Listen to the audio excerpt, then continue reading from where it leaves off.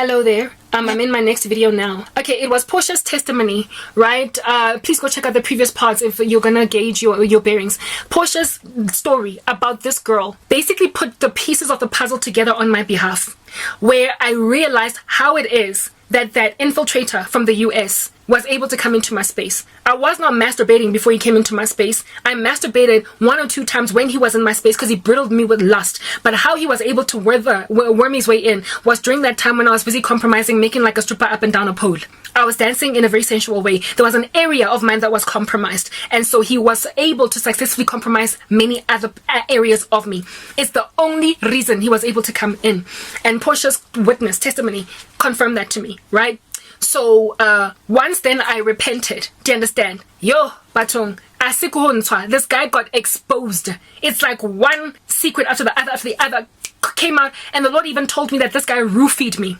Roofies is, you know, that date rape drug. Guys put it in your drink so that they can make you nice and dizzy and then have sex with you and waste to yourself. I like to call witchcraft, korobela, spells, love spells cast on women, and I guess men too. I like to call them roofalin because they make you drowsy and drunk and you end up sleeping with someone you didn't sign up for. God kept on telling me this guy has roofied you. If anything, he told me that this guy's roofied me even before I accommodated him, but I ignored the warnings. Remember, I told you guys that I just wanted love.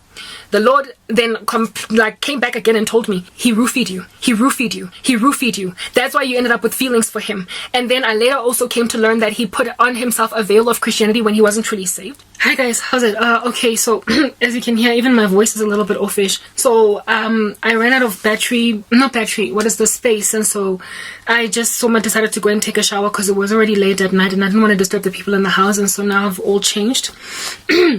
And my hair is exposed. Oh goodness, no, I don't want that. Whatever. Ish, as in everything of mine just falls apart. That was my phone that I'm using for extra lighting. It's okay, it doesn't really matter if I'm not looking my best. Yes, you guys, I hate my life. I hate it. Like, I just start recording and next thing I hear a cat scratching outside. But let's just move on. I think let's say where I was speaking about how the Lord showed me that this guy roofied me. Something else that I remembered when I was in the shower about the dreams that I used to get got this guy, ne? I dreamt that, oh yes, I kept on dreaming during the time when we were like starting to get at loggerheads now. He suddenly decided to ghost me. He suddenly decided to like just, you know, pull stunts on me or whatever. I hate it when you guys see. I prefer to record in front of this like wardrobe because then you don't see all the squalor. Anyway, whatever. During the time when he was starting to act funny because he was manifesting, I started getting dreams of him slapping me. Ish. Oh, I had this cat. I started to get dreams of this guy, I started to get dreams of him slapping me. Oh goodness, it's the thing that I was talking about, where it is that the cat scratches at the door and then when I open it runs off. Like, it's just playing games with me. Whatever, these are my living conditions, so let's just like deal, right? I started to get like a whole bunch of dreams of this guy, like a whole bunch of like just wow, like, you know, GBV. Yeah, gender-based violence.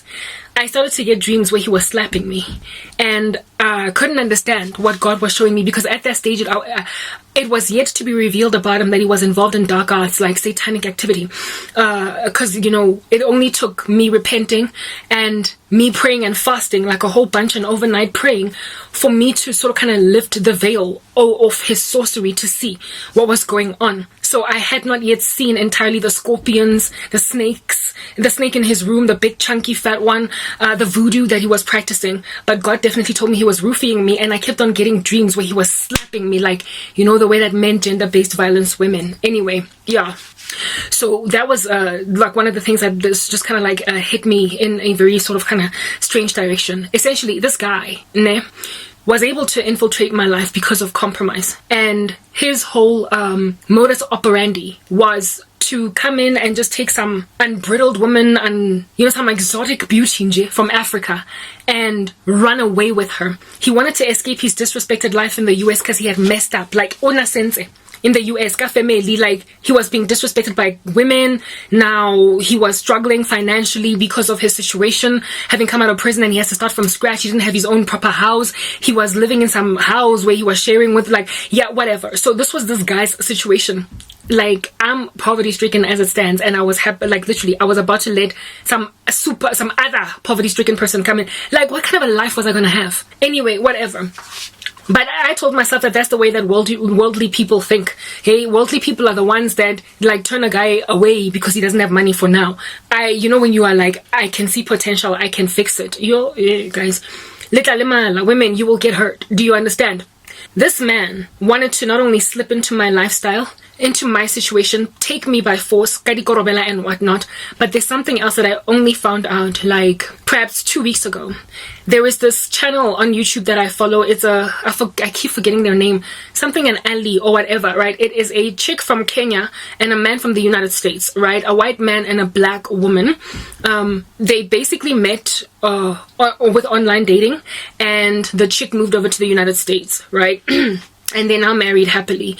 I follow their channel. I really like them. They're Christian. At least they profess Christianity. There's nothing that says that they're not Christian, right? So I really like their channel. I like following them. They're funny, etc. One time, this chick, the wife pair, did a video where she was basically explaining her process of moving to the United States. During the time when I was with this guy, I kept on saying to him, why would you want to come to South Africa when it is far better, not only socially, economically, but socially too, and also just in terms of Christian persecution. I'm a persecuted Christian, you're not. And you also have got family there that you love and trust and respect. My family has treated me like trash. I'm happy to leave, right? For solid, like, real good reasons. I don't understand why you want to leave the US. And he just for the life of me would not tell me. He kept on being like, the United States is Babylon. I want to leave because it's going to burn in an hour. But for me, I was like, even if the United States is the Babylon described in Revelation, is it 16 or what? The church is not going to be here. It's going to get raptured. So you're not going to get to see those nukes that are going to land in Babylon decimating in an hour. You're not going to be here to experience it. But he kept on using that as an excuse. And, like, you know, guys, I was so duped by this guy as a deception. Yeah, man, it was having a field day, Nam. A field day. Hey. He kept on saying this and saying this and saying this, and I was like, you know what, let me move on to the next part, because I want to link the first part before I took a shower and this one together, because it's nicely under 10 minutes each. And yeah, like, so let's just like move on to the next.